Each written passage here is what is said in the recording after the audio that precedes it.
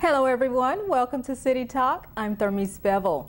The decision to donate money is a personal one. Many of us give by supporting worthy causes, and at times some decide to give to complete strangers. But no one should be subject to aggressive, unwanted solicitation. The difference between regular panhandling and aggressive panhandling is very, very dramatic. To address aggressive panhandling on city streets, a new monetary solicitation law is now in effect. When someone's legitimately asking for help or a dollar or something to eat, that's one thing. But aggressive panhandler is someone who comes into your personal space, harasses you, follows you, verbally accosts you, physically intimidates you. And it's really akin, like I said, to simple assault or robbery by intimidation. And for that type of aggressive solicitation, there are penalties. On the first aggressive panhandling act, that individual will be subject to arrest and then will be subject to up to 180 days of community service. Under the second aggressive panhandling infraction, that person would be subject to jail for 30 days. And for the third aggressive panhandling infraction, that person would be subject to jail for 90 days. District 11 City Councilwoman Keisha Bottoms helped craft the new law. Although it increases the penalty for aggressive panhandling, there's still opportunities for people to receive social services where necessary. The ordinance also states panhandlers cannot solicit for money within 15 feet of ATMs, a parking lot pay box, the entrance or exit of a building, a business, a bus, rail, or subway station, or a taxi stand. Giving to those in need is important, so an alternative is giving meters. So you see the meters throughout the city where people can actually give, and those donations go to make sure that they are used in the appropriate way to provide services to people. And so we want to take this holistic approach, working with the mayor and colleagues on council like Keisha Bottoms, to say, we're going to have a full holistic approach to make downtown safer for everybody. A new type of engine will be heard near the airport when Porsche opens its North American headquarters in 2014. A groundbreaking ceremony was held for the automaker. Porsche's new complex will be built on the site of a former Ford plant. The campus will feature training and conference centers, a museum, and a 1.6-mile test track for Porsche customers to try out their new wheels. Governor Nathan Deal says the new headquarters will be the envy of other states. I had just gotten back from one of our governor's conferences, and word had already leaked out. And there was a lot of jealousy from a lot of other governors around the country that we now are going to be the home to the North American headquarters for Porsche. Since I was about 16 or 17 years old, I went to sleep wanting to wake up during December when we have Christmas and get a Porsche. But I never got one, but the city of Atlanta's got one now. The 26.4-acre site will be the first in the Aerotropolis Atlanta Business District. The inaugural class of the Mayor's Commission on the Future of Atlanta celebrated 25 years. The commission was founded a quarter-century ago by then-Mayor Andrew Young and was comprised of 55 young adults from diverse backgrounds. They were tasked with examining future challenges facing Atlanta and how they could be solved. The event brought together those members and some of Atlanta's former mayors, including Mayor Young himself. So we've got to do this not only for the entire metropolitan area, but for the entire state. And I think we've got the kind of leadership in this room to do almost anything you can believe. The group marked the 25-year anniversary by discussing the next 25 years for the city and what that could bring. Interim Chief Information Officer Michael Dogan is leaving a good impression on those who attended the recent CIO Summit in downtown. The conference brings technology professionals together every year to discuss challenges business and governments face and how technology can help. Dogan made a presentation on Boyd, Bring Your Own Device. Many organizations are finding ways to help integrate employees' personal computing devices into their network without compromising security. Want to tell city leaders how well they're doing? Now you can. The city recently launched a customer survey for anyone who's had recent interaction with city employees or a city service. It's all part of Mayor Reed's commitment to best-in-class customer service. The survey comes on the heels of a first-ever Customer Bill of Rights, which requires city employees to practice several core values when dealing with the public. If you would like to take the survey, you can find it at atlantagA.gov/survey. It will be up until spring of next year. Councilwoman Keisha Bottoms wants young adults to learn about money management. She co-hosted a youth financial literacy program that offered workshops on financial responsibility to students in grades 7 through 12. They learned about traditional and non-traditional ways of building wealth. Bottoms says it's important for children to learn personal finance so they are prepared for the financial realities of the real world. On the agenda, complaints about parking in Atlanta get results. Councilman H. Lamar Willis introduced legislation to address concerns about Park Atlanta. The Atlanta City Council unanimously approved a new compromise where Park Atlanta must have proper signage, must allow citizens to file complaints online, and the company must make sure that the meters are working. Park Atlanta cannot ticket if meters are broken or if signs are not in place. Also on the agenda, the City Council passes legislation to crack down on illegally dumped tires. Abandoned tires are a huge problem in the city of Atlanta. This law cuts down on tens of thousands of tires left in vacant lots and on the street. Now, all tires must be taken to an environmental disposal site where operators are required to put identification numbers on them as a way of tracking the tires. Atlanta police will enforce the new tire law. If violators receive a fine and don't pay it, it could lead to jail time. It's not too late. You can be on TV, People TV that is. The City Council approved funding to keep the public access television channel on the air.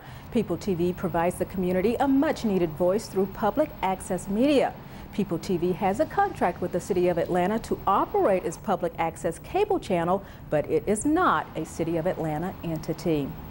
The expansion of Atlanta's recycling program rolls on, this time in District 5. They recycle at school and we recycle at home.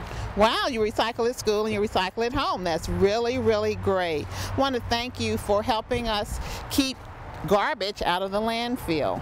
Channel 26 catch Councilwoman Natalie Archibong out in her district delivering new curbside recycling bins to residents. The 96-gallon recycling carts will be delivered to 66,000 homes. The new carts replace the old 18-gallon bins, allowing residents to collect more recyclables.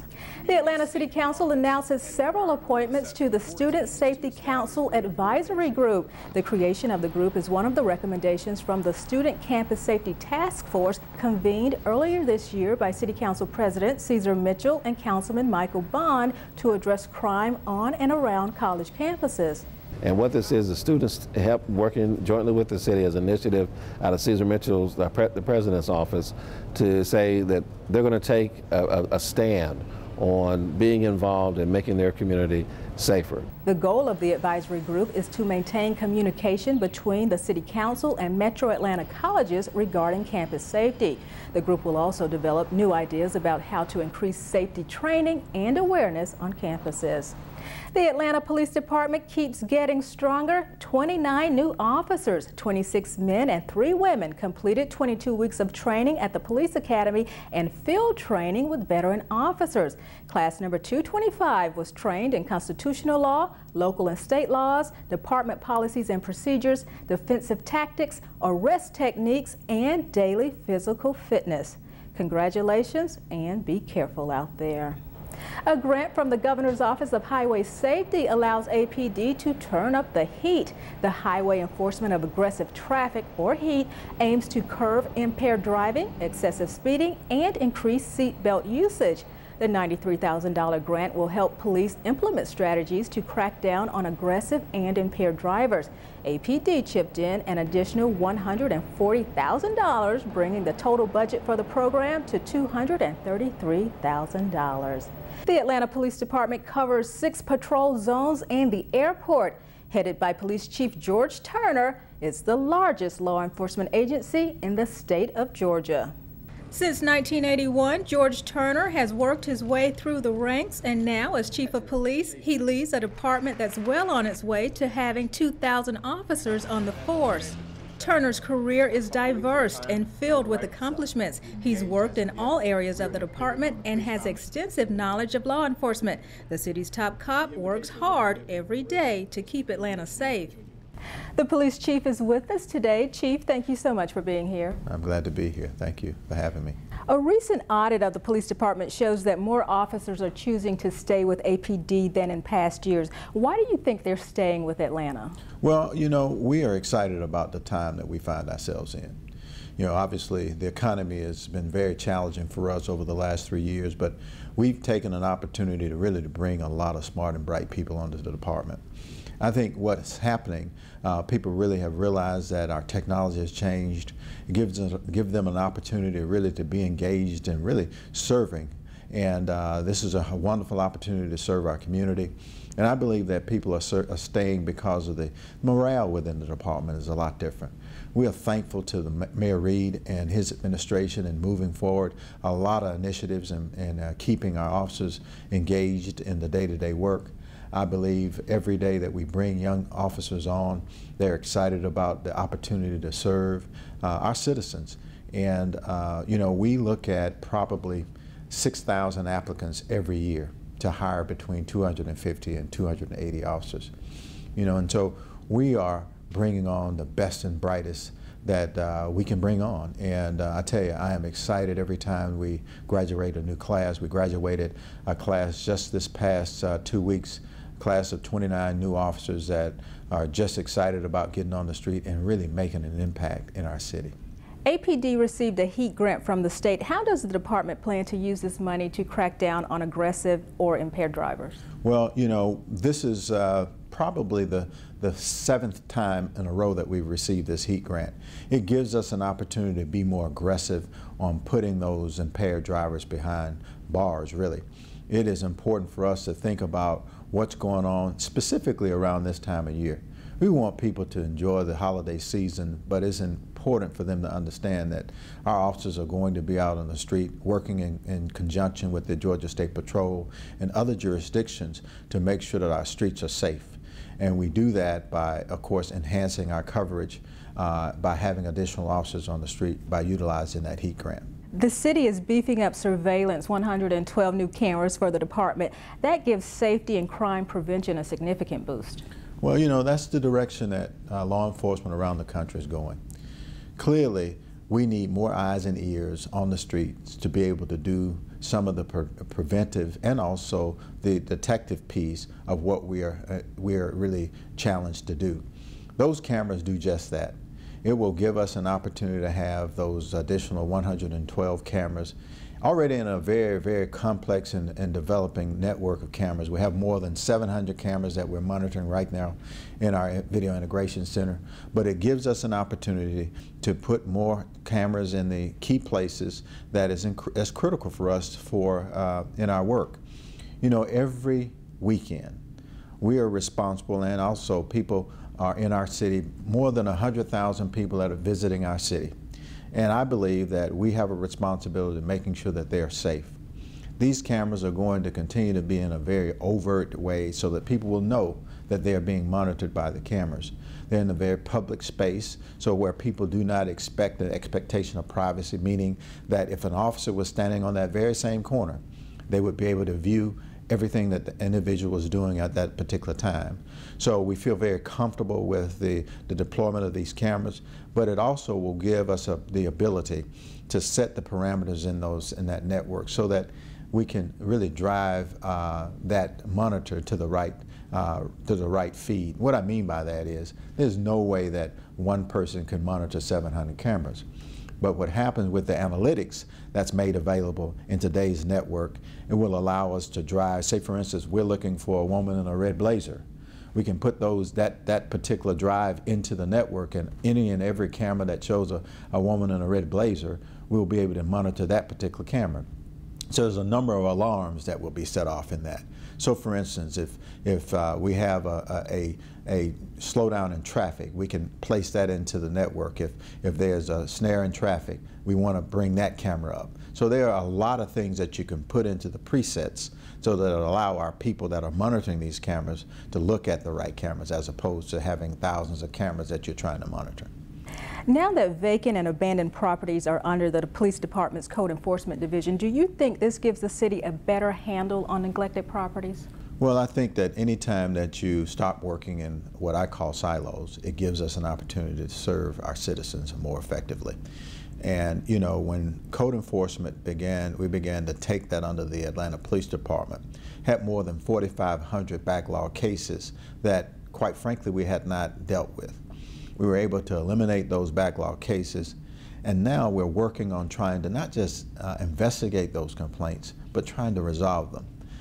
There are a number of things that took place in the last year that Ms. Shepherd really shepherded the new ordinance that really forced property owners to register their vacant properties. That has really given us additional tools to be able to move forward aggressively and hold people accountable for their properties. We think that all of that, and also bringing more people on board in the code enforcement space, will allow us to be more effective and really making sure that we continue to serve our city in a positive way. Pal had a good turnout for this year's Mayor's Cup boxing tournament. We did. It was a very, very, really exciting time, not just for the young children or individuals that were participated in that, but you know, we had a little competition between the police officers and the firefighters as well. But we were able to, that's our largest fundraiser for our centers that we have. You know, we see upward of 120 children every day. It allows us to really just kind of put them in a place where we can foster and mentor young people so that we won't have to deal with them on the other end. And so building relationships with the police department and the police officers early is really a great opportunity to do that. But that boxing tournament allows us to actually raise additional dollars so that we can fund the programs for a year. It's our biggest fundraiser for the Police Athletic League, and it was very successful, and we had a lot of fun also. Chief Turner, it's always a pleasure. Thank you so much. Thank you so much for having me. The city's graffiti task force works to rid Atlanta streets of vandalism through a partnership between Parks and Rec, Atlanta Police, and several other departments. City Talk's Troy Danikis explains how the task force differentiates between art and vandalism.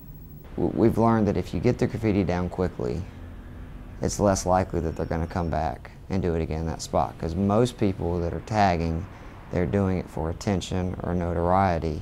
When the Graffiti Task Force began their work in 2010, there was an outcry from Atlanta's artist community. They felt that the city was whitewashing over street art that the artists believed transcended the label of vandalism.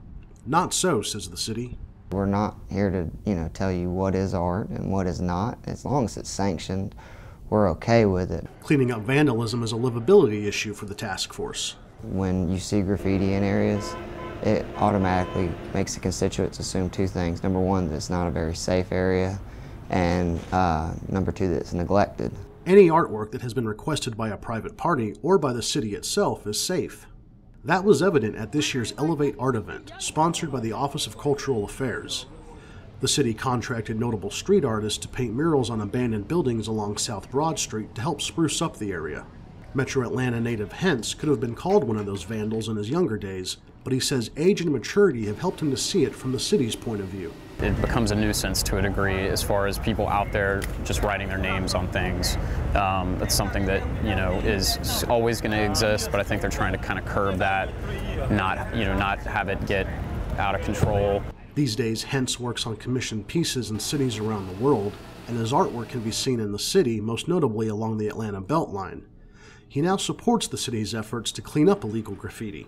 I think it's kind of a natural progression for somebody who's involved with graffiti to kind of move beyond it at some point. And I think that, it's important to understand that once, that if you are somebody that's done that you're not going to be that forever. Atlanta's firm stance that only vandalism will be cleaned up has helped to quell most of the artist community's criticism. We heard some concerns from the artist community when we first started doing that, but I think now they've seen how we operate and the fact that we're not trying to get rid of, public art out there. we're just trying to make sure we have a beautiful, safe city. They've come on board. We're working much better with them. For City Talk, I'm Troy Danicus. In October 2011, APD prosecuted 7 people who they say were responsible for 25% of the illegal graffiti in the city. The task force only cleans vandalism on public property. They encourage residents to obtain a free anti-graffiti kit from the city to get rid of vandalism on private property. To get a kit, call Keith Fleming at 404-546-7846. It's been said by many, those who do not learn from the mistakes of the past are doomed to repeat those same mistakes in the future. It's a powerful lesson learned by students at Young Middle School. And teaching students this lesson was the Georgia Commission on the Holocaust. Mayor Reed welcomed Executive Director Vicki Staley and a host of others, including a Holocaust survivor, as they came to launch the Holocaust Learning Trunk Project.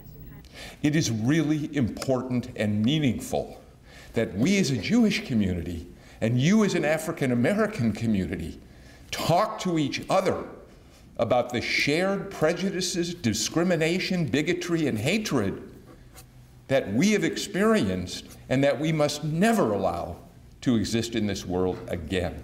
The contents of the trunk include a wealth of materials aimed at teaching students about the Holocaust. Young Middle School is the first school in the system to receive a Holocaust learning trunk.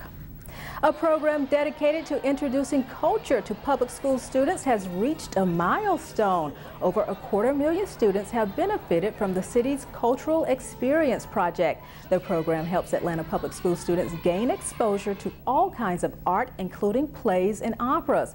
Cultural Affairs Director Camille Love says the program costs students nothing, with public and private donors providing the funding. We know that if you bring a child to the actual place where the art happens, number one, they know what happens there. Number two, they get to experience the ambiance of the place, they learn the etiquette of the place, and they feel like it belongs to them. The Cultural Experience Project began in 2005. The city teams up with 4 area schools and a nonprofit organization to help get students proficient in reading by the 4th grade. Ralph the Rat felt some emotion. He felt an emotion of joy, and then he felt an emotion of despair. So what's joy?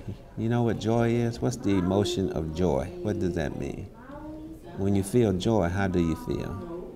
Happy. You feel happy, that's right. Fire Chief Kelvin Cochran paid a visit to Thomasville Heights as part of the 3rd grade READS program. A $40,000 grant was provided by Target and is part of Cities of Service. Cities of Service is a coalition of U.S. mayors who seek to solve tough challenges facing cities through volunteer projects. Bethune, Dunbar, Hope Hill, and Thomasville Heights are all partnering with the city for this program. Everybody Wins Atlanta, a nonprofit, will handle the training, the program, and the volunteers. Councilman Kwanzaa Hall serves up Thanksgiving dinner. Hall and several musical entertainers dished out a tasty meal to residents of the Atlanta Mission. Thanks to the generosity of community donors, there was plenty of food. Hall says the idea for this came about as a way to offer sustainable services and support to those in need.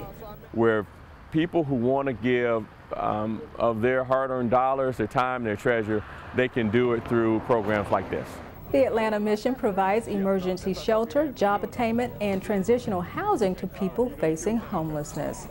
Mayor Reed, Councilman C.T. Martin, and rapper T.I. joined forces for a turkey giveaway at the Adamsville Recreation Center.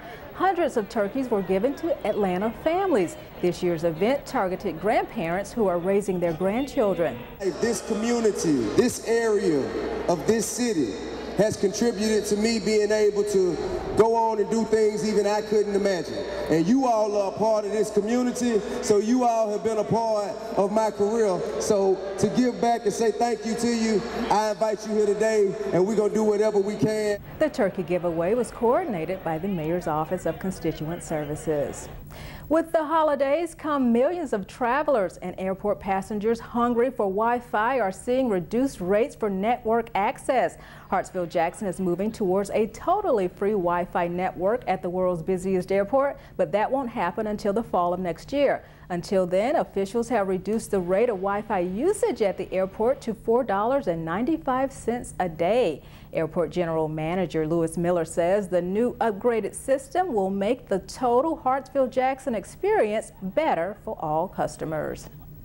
Garden Lights Holiday Nights is back with even more bling than before. Glittering with over 1 million lights, the show blankets the garden's 30 acres in every shimmering color under the rainbow. The Holiday of Lights is a way we celebrate the garden in the winter, in a time where people don't expect a whole lot to go on in a garden, but there's a lot going on at the garden.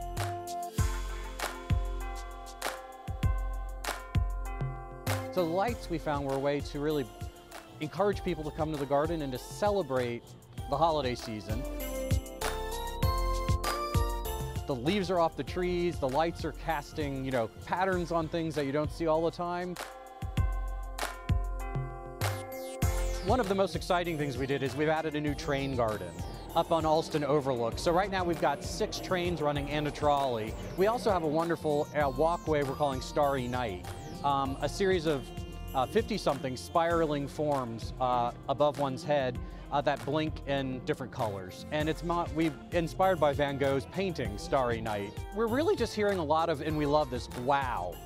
It's bigger, it's better, it's more exciting. This is the not to miss family or date even event to come see in the garden.